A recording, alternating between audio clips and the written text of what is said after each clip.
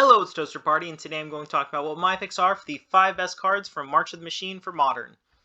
So this is a very interesting set with a new card type in it, as well as a lot of very powerful cards. But without further ado, let's get into talking about them, starting off with the honorable mentions for Wrenn and Realmbreaker and Bloodfeather Phoenix. Wrenn and Realmbreaker is a Planeswalker Wrenn with 1 generic and 2 green as the cost, with the passive ability of lands you control have tap to add 1 mana of any color. It also has the +1 ability to have up to 1 target land you control become a 3/3 elemental creature with Vigilance, Hexproof, and Haste until the end of your next turn, and it is still a land. It also has the ability to -2 to mill 3 cards, and you may put a permanent from among those cards milled into your hand. And finally, it has the emblem effect of you may -7 it to play lands and cast permanent spells from your graveyard. And it starts off with 4 loyalty. So what makes this card very interesting is that, while it's a very powerful Planeswalker that starts at a high loyalty and also protects itself with a very strong passive. The only thing that keeps this thing on the honorable mentions is the fact that I do not know a deck that currently wants to use this that is worth playing right now. Decks that want this kind of mana fixing effect are already just on Wrenn and 6, and that card is probably still stronger even with really neat effects on this card. One more neat thing to note about this card is that if you do get the emblem, you can just draw your entire deck with a Mishra's Bauble. The other interesting card that I put in the honorable mentions is Bloodfeather Phoenix. For generic and a red, you get a flying phoenix that can't block that says whenever an instant or sorcery spell you control deals damage to an opponent or battle, you may pay red, and if you do, return this from your graveyard to the battlefield. It gains haste until end of turn, and it is a 2/2. So, Arclight Phoenix, this is not, but it does have a very similar effect to it, where if you're able to bin a lot of these and you have some extra red mana after bolting someone, you can bring a lot of them back. The only downside is that unlike Arclight Phoenix, which just does it for free after you hit 3 spells, you do have to pay for it. So, while it does add a bit of redundancy, it's not necessarily a great card, but it does come back fairly easily. So let's move on now to the real list with number 5, Ozolith the Shattered Spire. For 1 generic and a green, you get a legendary artifact that says if 1 or more 1/1 counters will be put on an artifact or creature you control, that many +1 1/1 counters are put on it instead. You can also pay 1 generic and a green to tap it to put a 1/1 counter on target artifact or creature you control. Activate only as a sorcery. It also has cycling too. Okay, so what makes this card really interesting is that it's another hardened scales effect. The only downside to this is the fact that it's legendary, but if it wasn't legendary, that would be pretty insane. Because this is hardened scales for 1 more mana, but with tons of upside. Because you can tap to actually start putting things onto the artifacts or creatures you control. So this includes the original Ozolith, so it would be increasing the amount of counters you're putting on that. And the fact is, it's even good if you draw multiples, so you can easily play 4 of this, because it also has the cycling ability. Overall, incredibly powerful card for a deck that could use a bit of love. So let's move on now to number 4, Arvad and Giada. For 1 generic, a white, and a blue, you get a legendary human angel with flash, flying, that says you may look at the top card of your library at any time, and you may cast spells with flash or flying from the top of your library. This is also a 2/3. So this is basically a future side effect for creatures with flying and flash. In Modern, the deck that this is interesting in is specifically Bant Spirits, where you already have a deck that is pretty much exclusively creatures that have flash and flying. And the fact is, if you can just flash this in yourself if you don't need to use your spell queller that turn for your end step.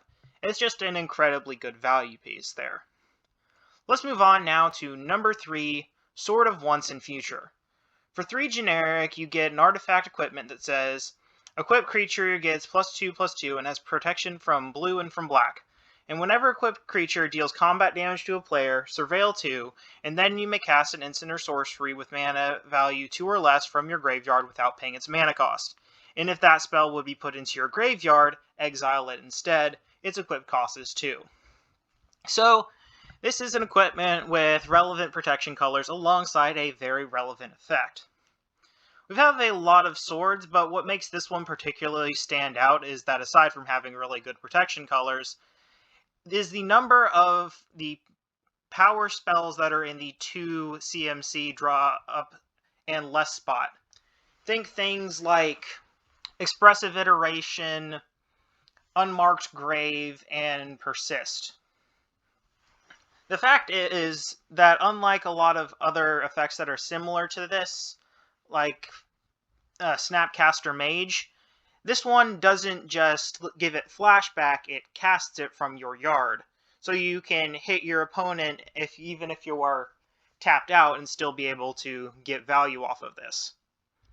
I'm not sure if it really fits in any of the current builds that are using Stoneforge Mystic, but I do think that this card is interesting enough to start experimenting with builds that would want to put this card in just for that kind of value.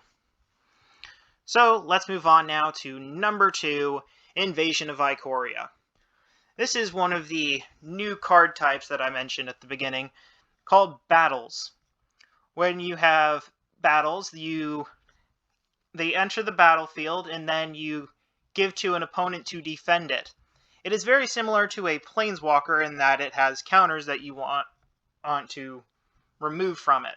But this time you're trying to destroy your opponent's rather than your opponent wanting to destroy yours. So what Invasion of Ikoria does is for X and 2 green, when it ETBs, you can search your library and or graveyard for a non-human creature card with mana value X or less that you paid into it, and put it onto the battlefield. And if you search your library this way, shuffle. It also has 6 battle counters, so if you remove all 6, it flips into Zilortha, the Apex of Ikoria, which is a legendary creature dinosaur with reach that is an 8/8 that says for each non-human creature you control, you may have that creature assign its combat damage as though it weren't blocked. So, one of the very interesting things about the battle mechanic once it got spoiled was the way that it particularly interacts with the card Vampire Hexmage, a notorious card in Legacy that what it does is that if you sack it, you can remove all counters from a permanent on the field.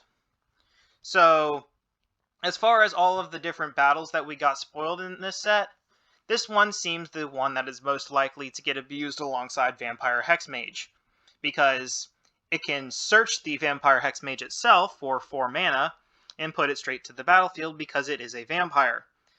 And so if you want to just immediately flip Zilortha into a 8/8 with a relevant effect, you can just do that for 4 mana. And aside from just having that combo-esque type effect, you can also use it as a powerful toolbox card. Say you don't want to go for the Hexmage too early, so instead you want to use it on something, say, like a Dryad Arbor, or you get into the later game and there's just a better target for your massive search spell than Vampire Hexmage. It's just overall a very powerful card with very powerful combo potential.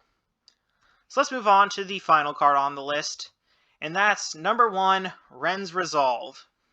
For 1 generic and a red, you get a sorcery that says exile the top 2 cards of your library, and until the end of your next turn, you may play those cards. This is literally Reckless Impulse, word for word, but with a different name. There is no difference in these cards aside from the fact that you can now play 8 of this effect. Reckless Impulse is already a very great card, so by default, this is also a great card. You can now just play more Reckless Impulse. There's not really much more to say aside from they just did this twice. So, thank you all for watching. I hope you leave a like, comment, and subscribe, and I hope you all have an excellent day.